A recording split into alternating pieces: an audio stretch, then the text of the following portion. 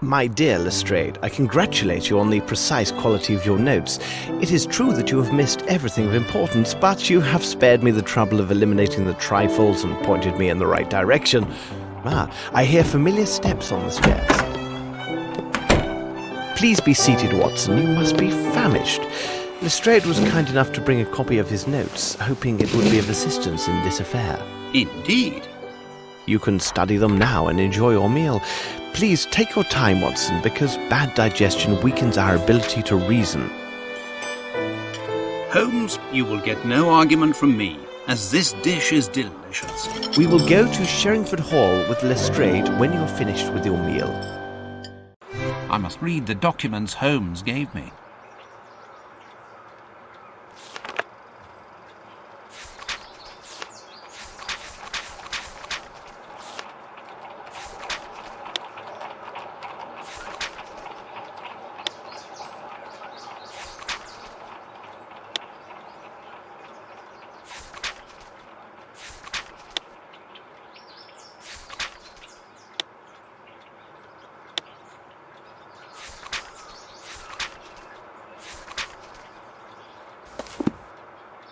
All this is very interesting. According to the evidence, it seems that the shooter was not in the ballroom or the corridor. Where was he then? Are you finished, Watson? Shall we go? Let us return to Sherringford Hall.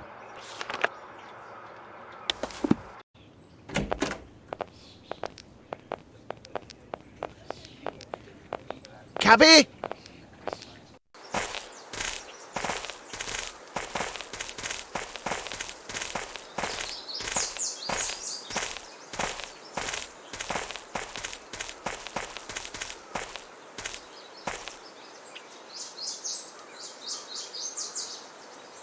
Sirs, please, go right in. Please wait here, gentlemen. I will see if Miss Lavinia is receiving callers. She's in her room. Well, Mr. Grimble, I didn't expect to see you here at this hour. I am worried about Miss Lavinia, needless to say. I also thought I might learn something of interest about the investigation. This difficulty, if it persists, can do great harm to the business. Sir Bromsby and Miss Lavinia had rather strained relations, it seems. Well, Sir Bromsby and Miss Lavinia have never got on very well. Of late, their distance had grown due to the influence of several incidents. What sort of incidents, precisely? I do remember one instance in India, where Sir Bromsby attacked a friend of Miss Lavinia. He was our native cartman's son. It seems he spilled a jug full of water that was intended for Sir Bromsby to wash his face. Bromsby began cursing and thrashing the boy before his daughter's very eyes. Miss Lavinia took her friend's part and spoke to her father most rudely. The devil, you say? What occurred next? There is no one in the whole of India who would have dared address Sir Bromsby in such a manner. He stayed closeted in his office for the entire day. The next day he fired the carter. But despite these incidents, I am still sure that Miss Lavinia sincerely loved her father. I'm sorry, but I have to go. All right, as you wish. I shall remain here. I have to leave you, sirs. I need to verify certain things.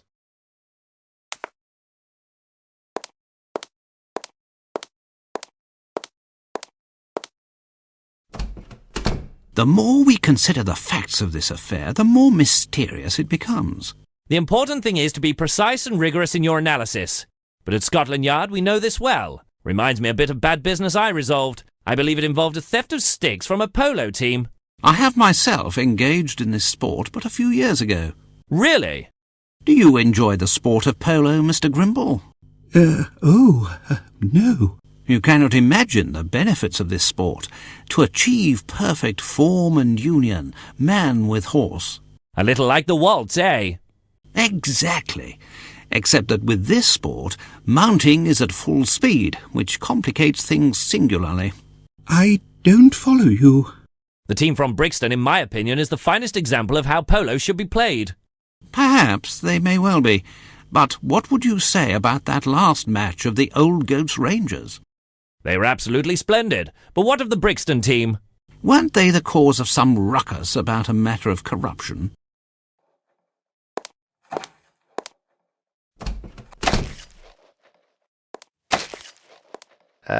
May I come in? Well, oh, take that! Pardon me.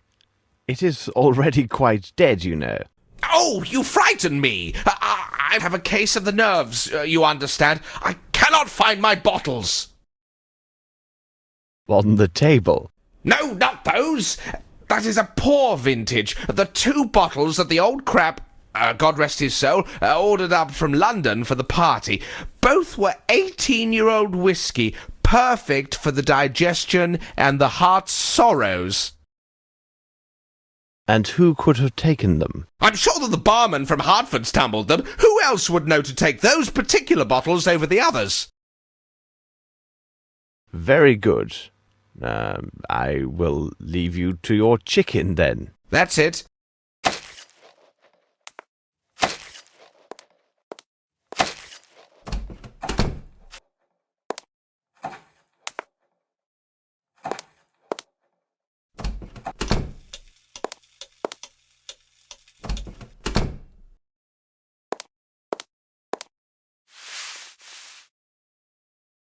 To whom does this belong?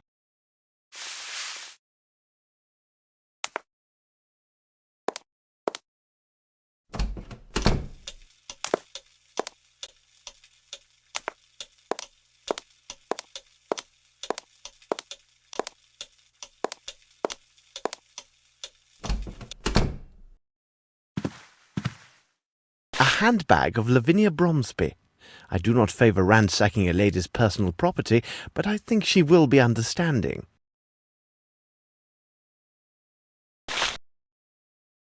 A programme for the London Opera.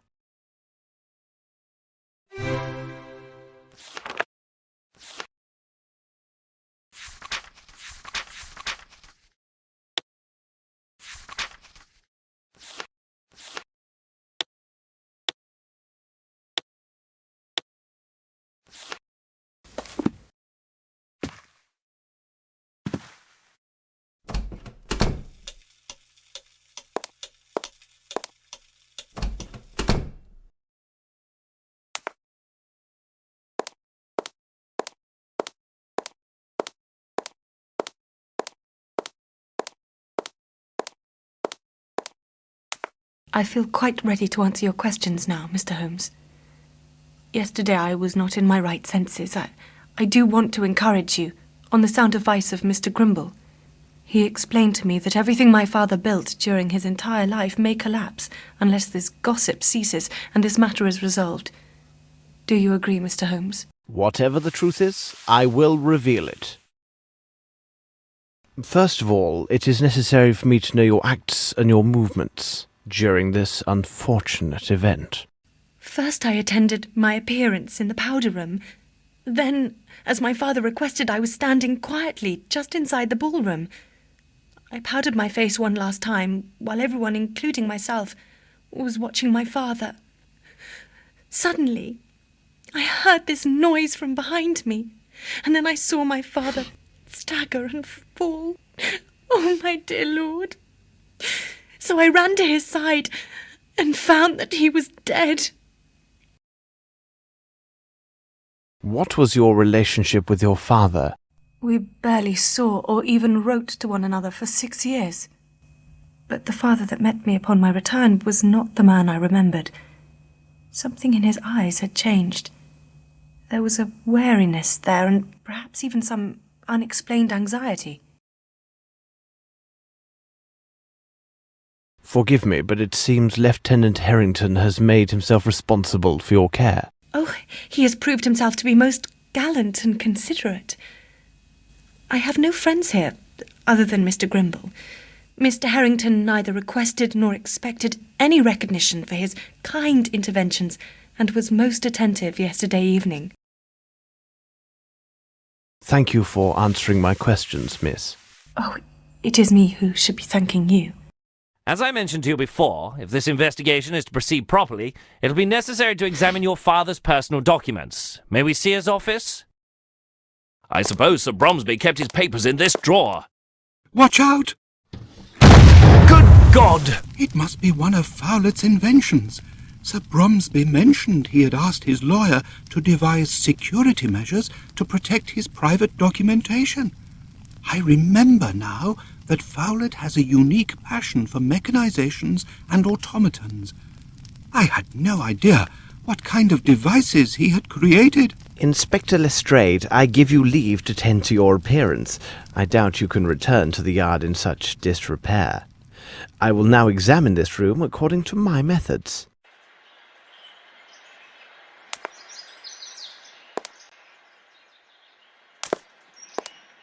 A remarkable portrait of the late Sir Bromsby.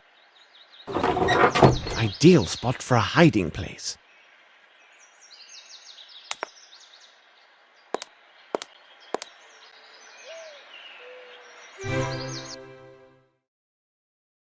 A Masonic symbol, no doubt. The young Lavinia, with her grandfather, no doubt. A page from this book has been marked. Let's examine it.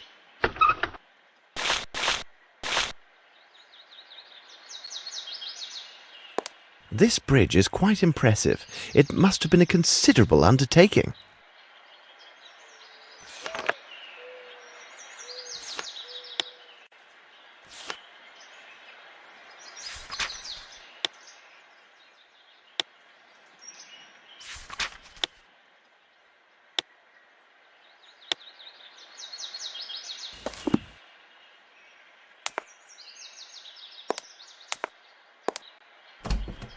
Look here! This message just came for me.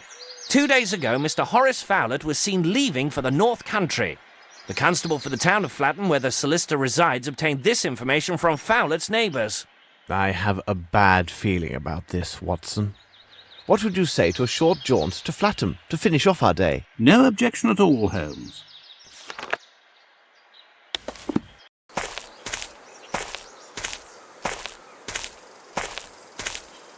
Cabby! Hello, gentlemen. Constable Fletcher here. Good day, Constable. Can you help us? Yes, Inspector Lestrade of Scotland Yard wired me about your arrival and instructed me to do as I would with the inspector himself. Would you be so good to take us to the neighbours who spoke of that night? Come with me. Here we are. Excellent! Graham, this is a detective from London. He would like to hear what Mr. Fowlett told you that night. So Mr. Fowlett left? Yes, he made his departure the day before yesterday, in the night. Not that this is the first time he's behaved in such a way. Anyway, he's not like others, and it didn't seem odd to see him leave at that hour, despite the heavy downpour.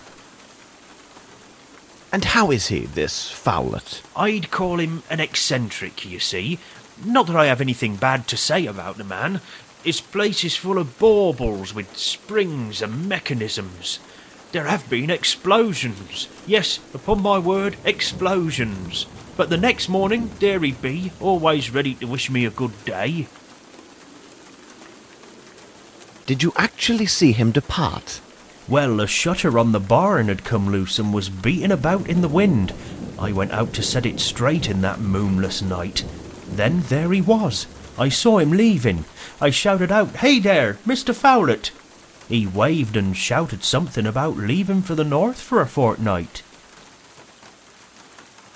Do you know where he went? I couldn't quite make him out with all the wind and rain, but it seemed to me he left on some business matter. I think a fellow came to talk to him about something. Interesting. Well, it may be nothing, but if you think that the things he has in there might explode, you should better go and check. Do you know a way into Fowlett's house? Here's the key to the door that he left with my wife. If you don't mind, I won't accompany you. I prefer to remain alive and in good health a good bit longer. You say he had a visitor? Oh, I don't know. It seems to me I saw someone at his place at nightfall. But people often visited old Fowlet at odd times. Fellows who brought him pieces of I don't know what for his contraptions. There was also a friend who often came by. I think his name was Sir Glumsby or Flomsby, but it couldn't have been him because he's much taller than the chap I saw. Good. I will go see what I can find. Wait for me here. As you wish. Yes, Mr. Holmes? Constable Fletcher, I must ask that you allow me to enter alone. Do you agree? Yes, Mr. Holmes. And now, Watson, if you could be so kind to return to the station and speak with the station master. Question him until you are satisfied that you have a detailed description of the party who took the last train to the north 2 days ago. My pleasure. As soon as you're done, please return here. Keep close watch, for I may need your assistance inside. Wait for us. All right.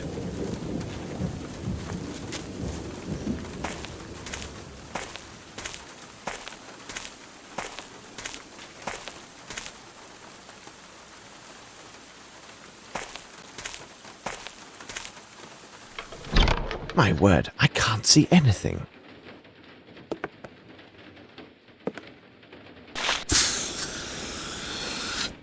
Ah, Fowlet liked his jests. I need to be cautious. These items may contain traps, such as those found in Bromsby's office. Size 6.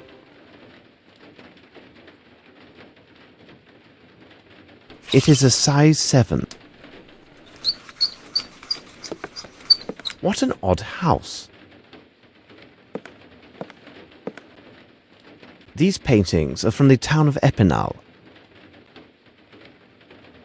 There might be another drawing hidden among these pictures. Let's examine them carefully.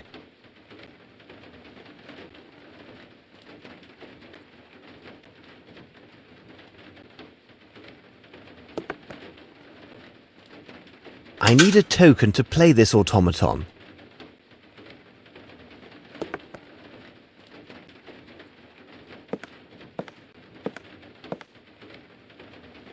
Look, what's this?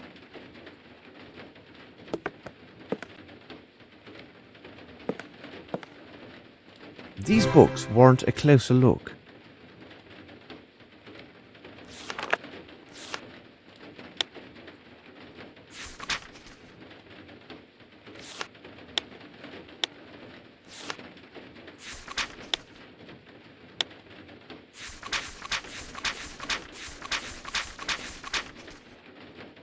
A pheasant and a serpent, the very symbols found on Sir Bromsby's speech.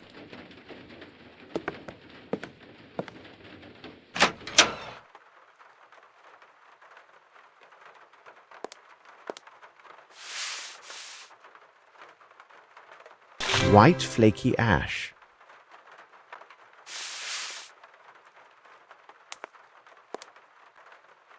Blood.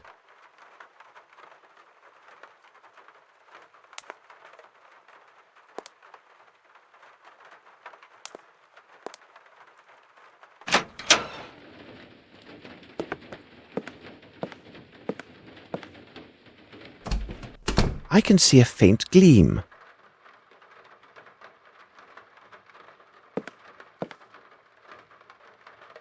Ah, now I see better.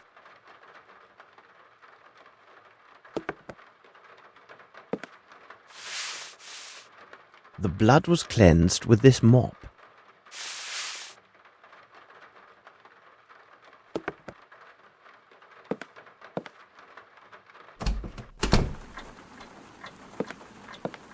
An automatic shoe brush. What an inventor this Fowlet is.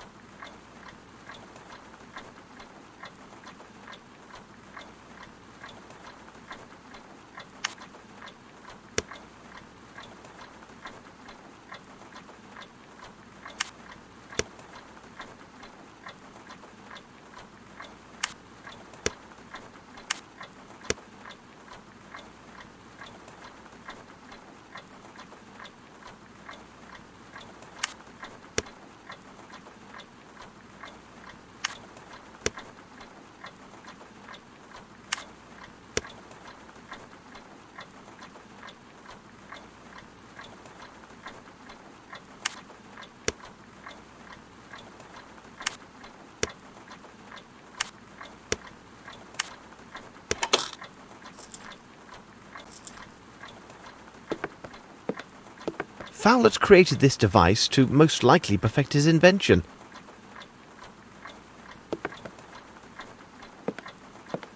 Very interesting. These are old award certificates from automation invention competitions. These certificates come from different places. He must have travelled a great deal, particularly in South America.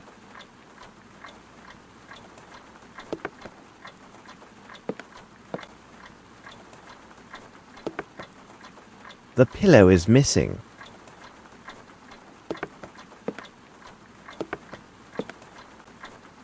Greasy substance. Very interesting.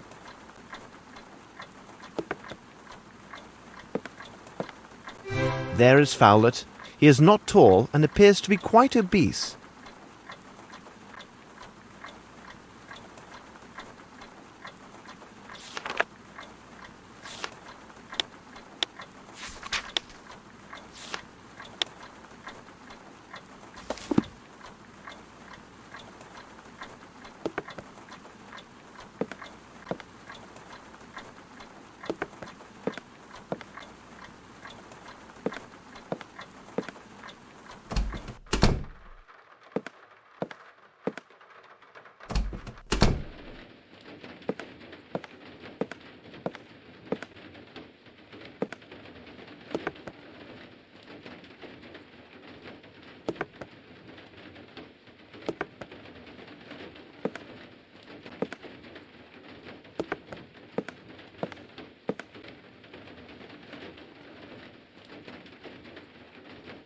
I shall select a card to find the logical sequence of what this automaton displays.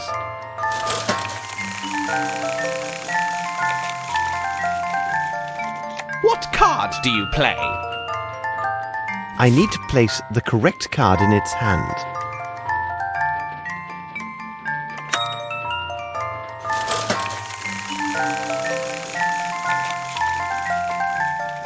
What card do you play?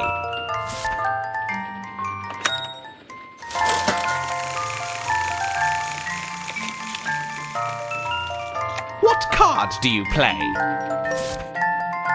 You won.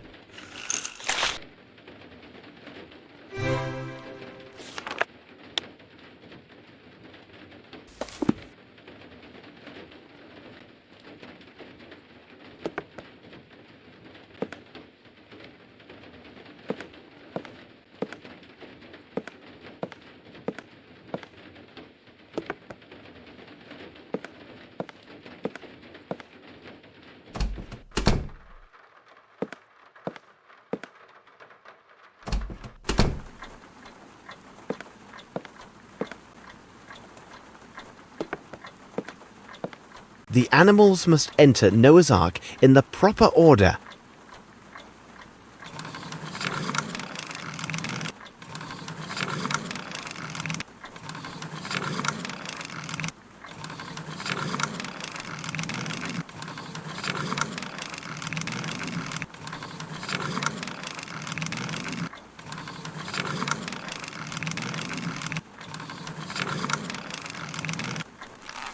It is elementary.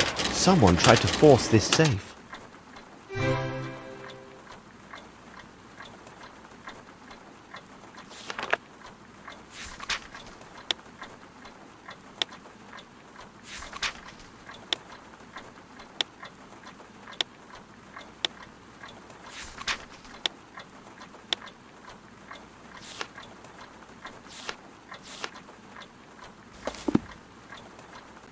Holmes, Murray has just found a key in the garden.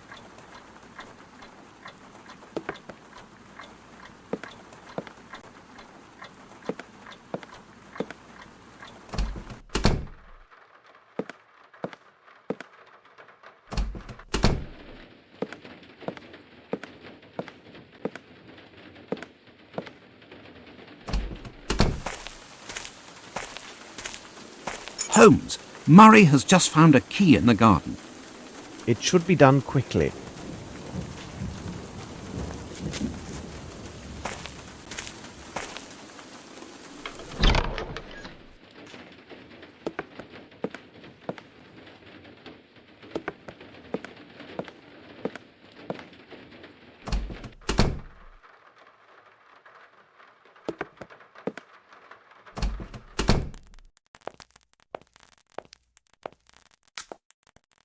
Watson, over here! My God, this man is dead, Holmes. Brilliant deduction. I thought perhaps he was tired and decided to rest under a pile of potatoes, which in turn fractured his skull. Watson, you see everything, but fail to observe. I do not have time for trifles. Oh, really, Holmes? You go too far. Watson, tell Constable Fletcher to contact Lestrade with all haste. Now, I'd like to look around the house. All right, Holmes.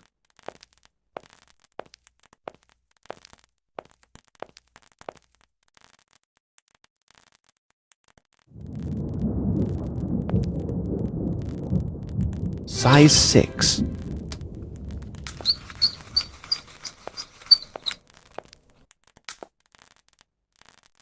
I recognize this handwriting.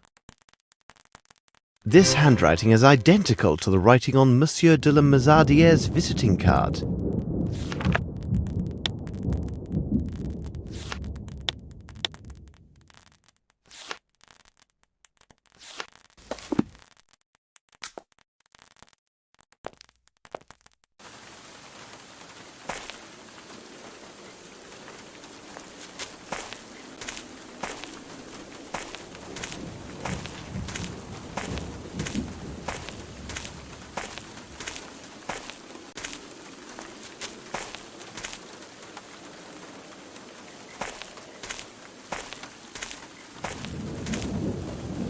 Footsteps, size 10.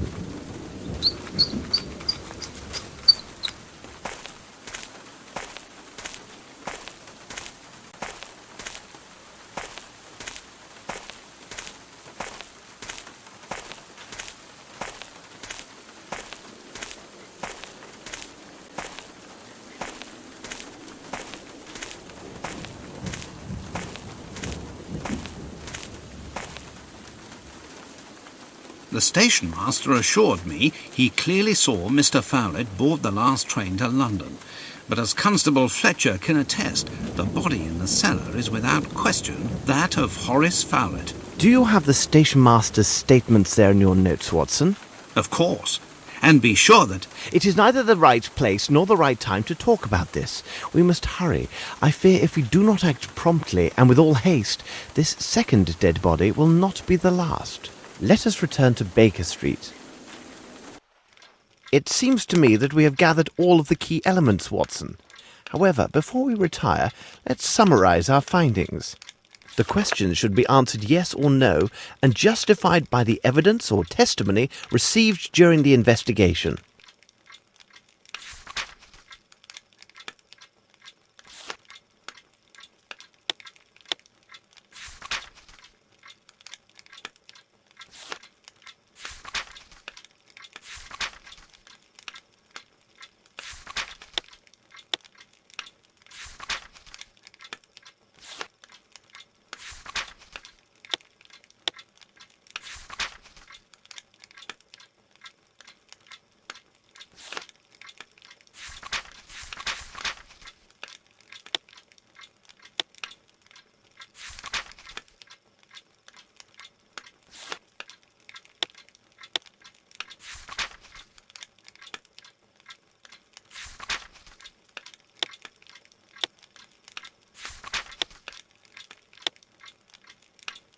It is simplicity itself, Watson. We have answered all the questions.